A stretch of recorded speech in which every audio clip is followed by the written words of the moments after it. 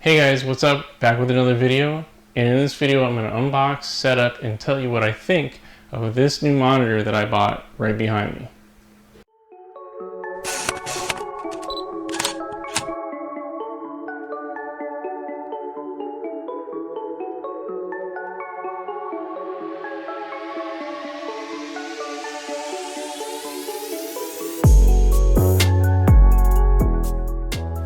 Alright, so behind me I actually have the 34-inch curved gaming monitor from DecoGear. Now this monitor features 1440p resolution, so a resolution of 3440 by 1440.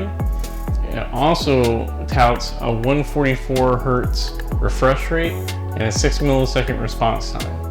Now the 6 millisecond response time isn't the fastest that's out there. Obviously there's a lot faster, and if you're looking for a gaming monitor, you're going to probably want to go with 4 milliseconds or faster.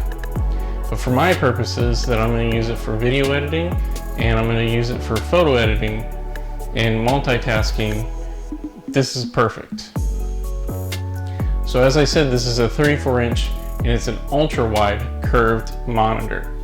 Now, the big draw about ultra-wide is that it gives you quite a bit more space for your Windows applications and a lot more real estate basically when you're working, which is perfect for me since DaVinci Resolve supports this 21:9 aspect ratio.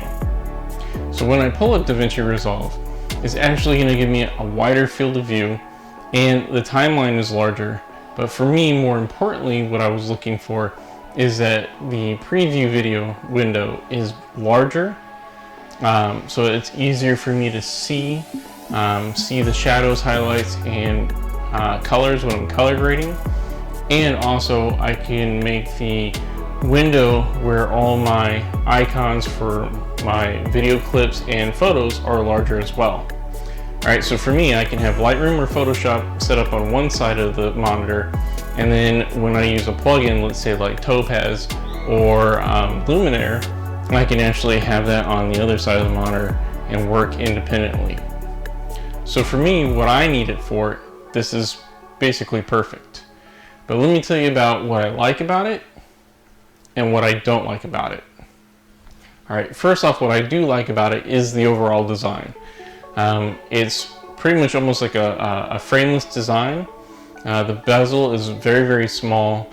And the other thing that I like about it is that unlike a lot of other monitors in the same range and same class, the stand actually does move up and down. So the monitor can it has flexibility as far as being able to position it. So it can move up and down, it can tilt side to side, and it can tilt up and down, forward or backwards, however you want to word it. So it gives you some flexibility of how you want this monitor set up in your room. The advantage to that is DecoGear also offers these in a 2 and a 3 pack, which I can't imagine having 3 of these screens together, but some people do run dual monitors. So this would allow you to be able to tilt and set up the second monitor on the side so you can have a dual monitor setup. Alright, the other thing that I like about it is that it has a lot of actual built-in options. So it has different modes for gaming, for photo, for movies. Me personally, that doesn't really matter so much because I'm going to use my Spider color corrector, and I'm going to color calibrate the screen now that it's been on for about an hour. It also has some really interesting features and functionality in the menu system. I still got to go through all those, but you can kind of change the refresh rate. You can, depending on what mode you're in, you can change down like a blue light filter in the monitor. It also can turn on HDR, as it's HDR10 compatible, which most things are these days. That's kind of neat. That gives you that flexibility to turn it on or off. And it also has some other little neat, interesting tweaks that you can do within the menu system for the monitor. Alright, so let me tell you what I don't like about this. First and foremost, what I don't like about it is where the plugs are set up. So basically what I mean by that is where you plug in your peripherals.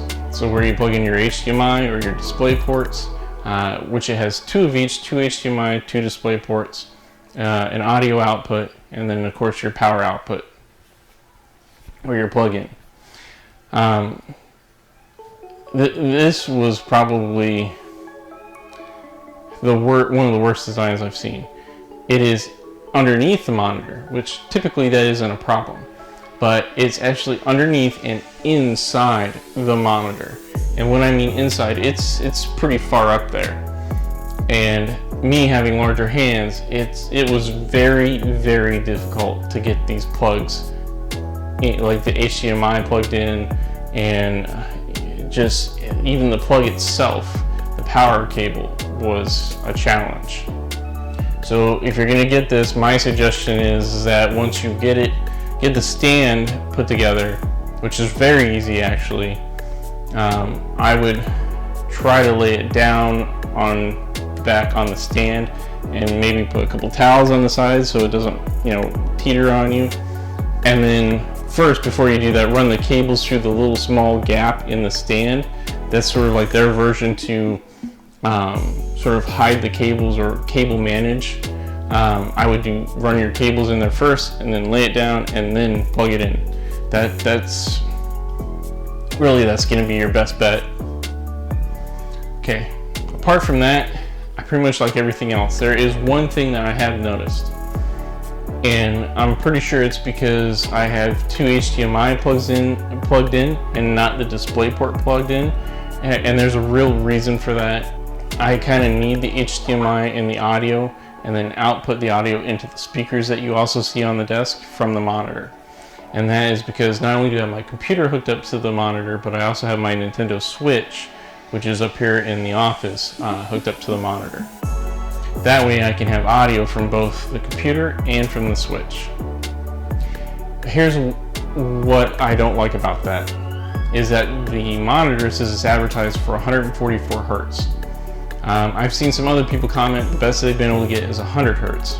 Again, I think that depends on plugging it into the correct display port, which there's no mention of that whatsoever in the manual.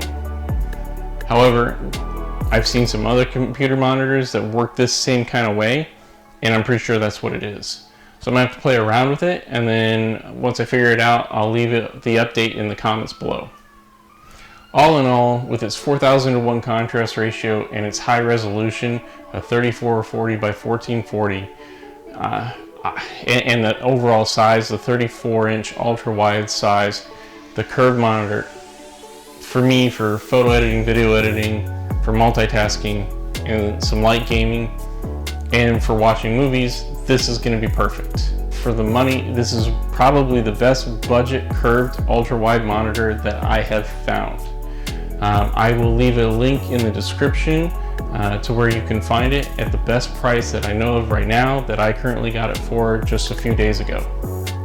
Okay, that's going to be it for this video. If you found it helpful, if you found it informative, if you're looking at these curved gaming monitors, if this is something you've been looking at, or if you haven't even considered this one, go ahead and give me a thumbs up if you liked the video and if it's helped you out. Also, don't forget to hit the subscribe button and the bell notification so that way you can get all future videos that I make for this channel.